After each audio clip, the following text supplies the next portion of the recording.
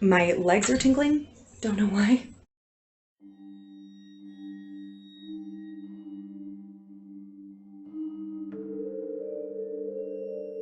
Hello everyone, and welcome back to my channel. If you are new here, hello! My name is Lern the Conjurer, and I am your host of all things spooky, creepy, weird, and fun.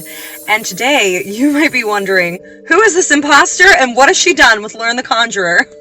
Actually, this is regular old me!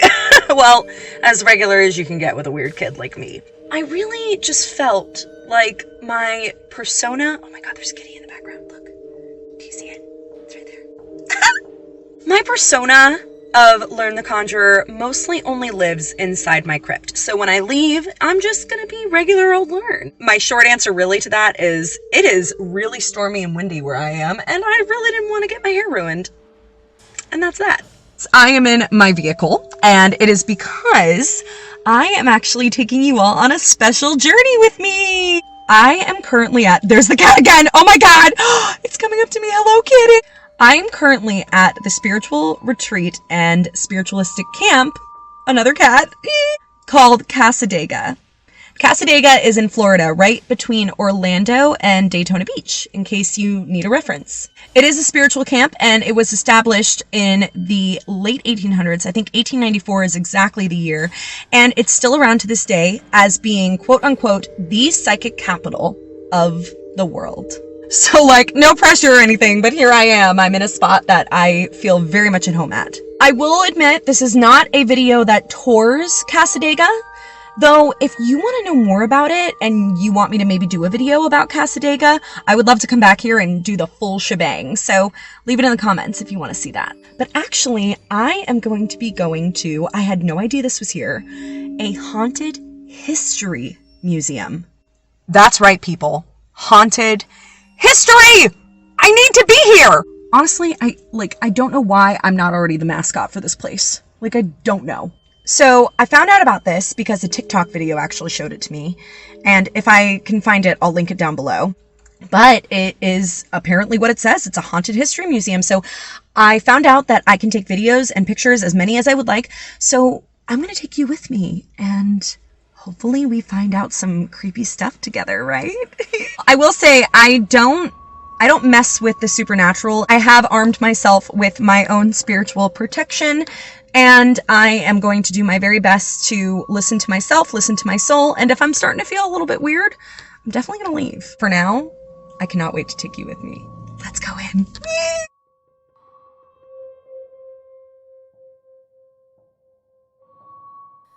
All right, Cassadega, everyone.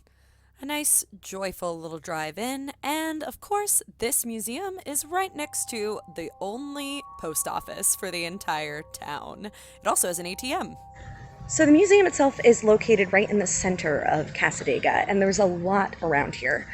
As a spiritualistic camp, it has been regularly visited by apparently thousands each year, so I'm really excited to take you with me. After I parked, of course, I walked right on up and in to this haunted history museum by C. Green. Never quite got to figure out who that was, but the lady at the front was really helpful. She handed me a flashlight saying that the back rooms were especially dark. And so I just walked in, and the lady who helped me, she was very kind, very nice. Standing in the first room, and I have to tell you, the first thing that I thought when I walked in, I felt that something was definitely here. My legs are tingling, don't know why, and they haven't stopped tingling. Sorry for the shaky camera, everyone. I was told at the back of the museum it gets a little dark, so they asked me to grab a flashlight. Great. All right, everyone, so this is where I apologize profusely for having a shaky camera throughout my experience, but if you were standing where I was, you probably would be too. This belonged to June. June apparently had a lot of haunted-like property, I guess, but she also had an affinity for Native American culture. So there are these wanted posters for Native Americans, and there's one here that says, "Gold will be paid for the capture and the delivery of Lakota, leader of the Red Cloud," which reminds me of Lakota from MYR Mediums. Hey, buddy. So this museum was nothing short of impressive. when it came down to the reading material that was provided. I mean, the fact that we even got to see the orientation of Cassadega and some kind of cryptic history of how it was put together. Apparently, this camp experienced a lot of fires. And once again, this museum is not short of just interesting mannequins everywhere. Love that for us, right? Speaking of, these two little girls scared the ever-living crap out of me, let me tell you.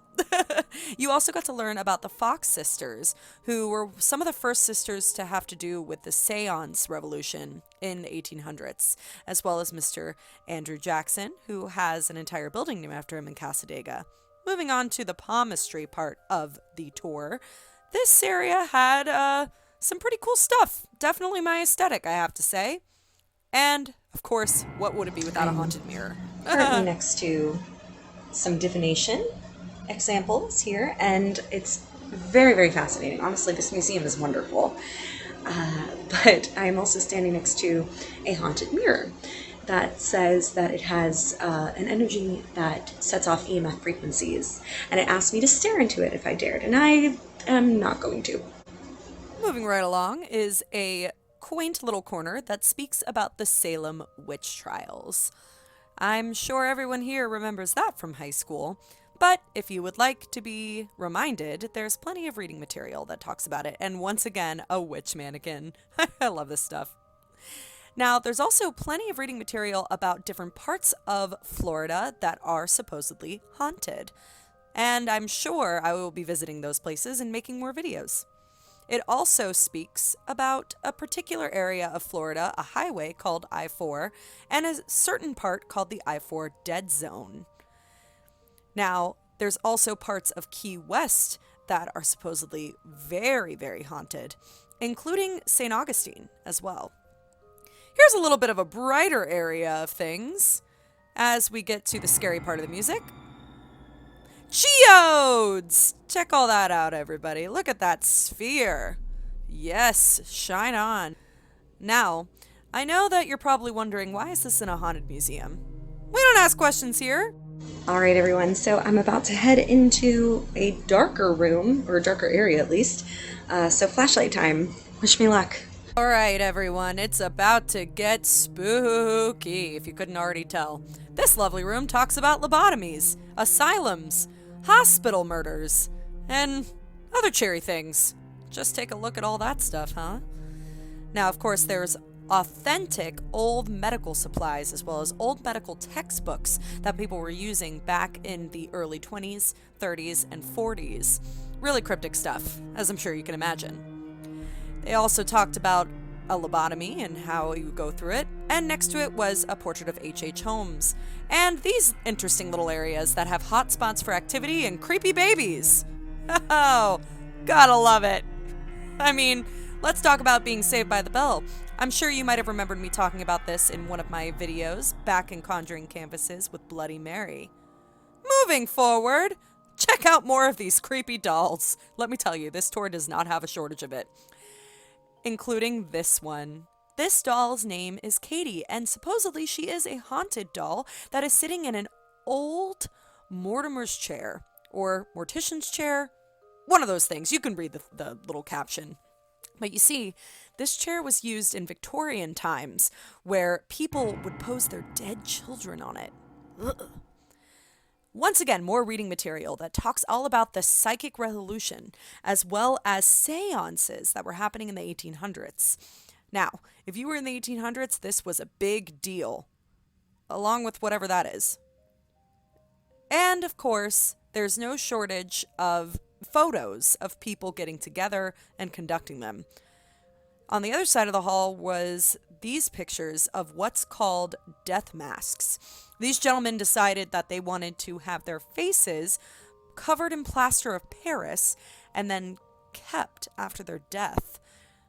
I really don't know why, guys. I just bought the ticket to be here. But if you want a video about it, I'll be happy to make it. Okay, listen, everybody. Now we are going to get into the real spooky stuff. This room, I don't know what was up with this room. But first, let's start with this haunted dress. According to the owners, this bride's dress is legitimately haunted. And I could tell you that this room felt like it, for sure. Sorry about all the white noise, by the way.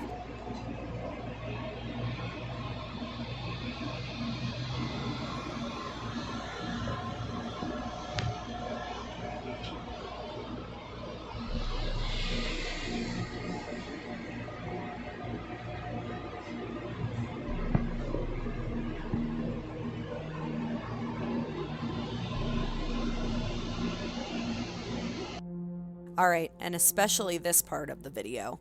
I decided to mute myself because I had the camera turned towards me and I started to notice the camera was glitching. I have no idea why. I had perfect reception. Everything was working fine on my camera in the room before it and even after it, but for some reason this room made my camera go slow and it started to lag. Never seen that in my life when it came down to going to haunted places.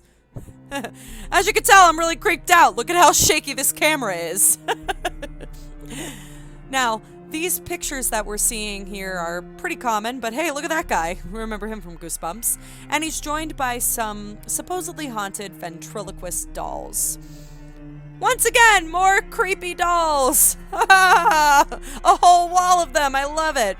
Now, the back room of this museum, I wouldn't say wasn't very interesting, but it definitely had more memorabilia than what I would consider a museum should have. But there was still some interesting reading material about the Civil War, Titanic, which I can speak for days about, and Area 51, as I'm sure you already saw.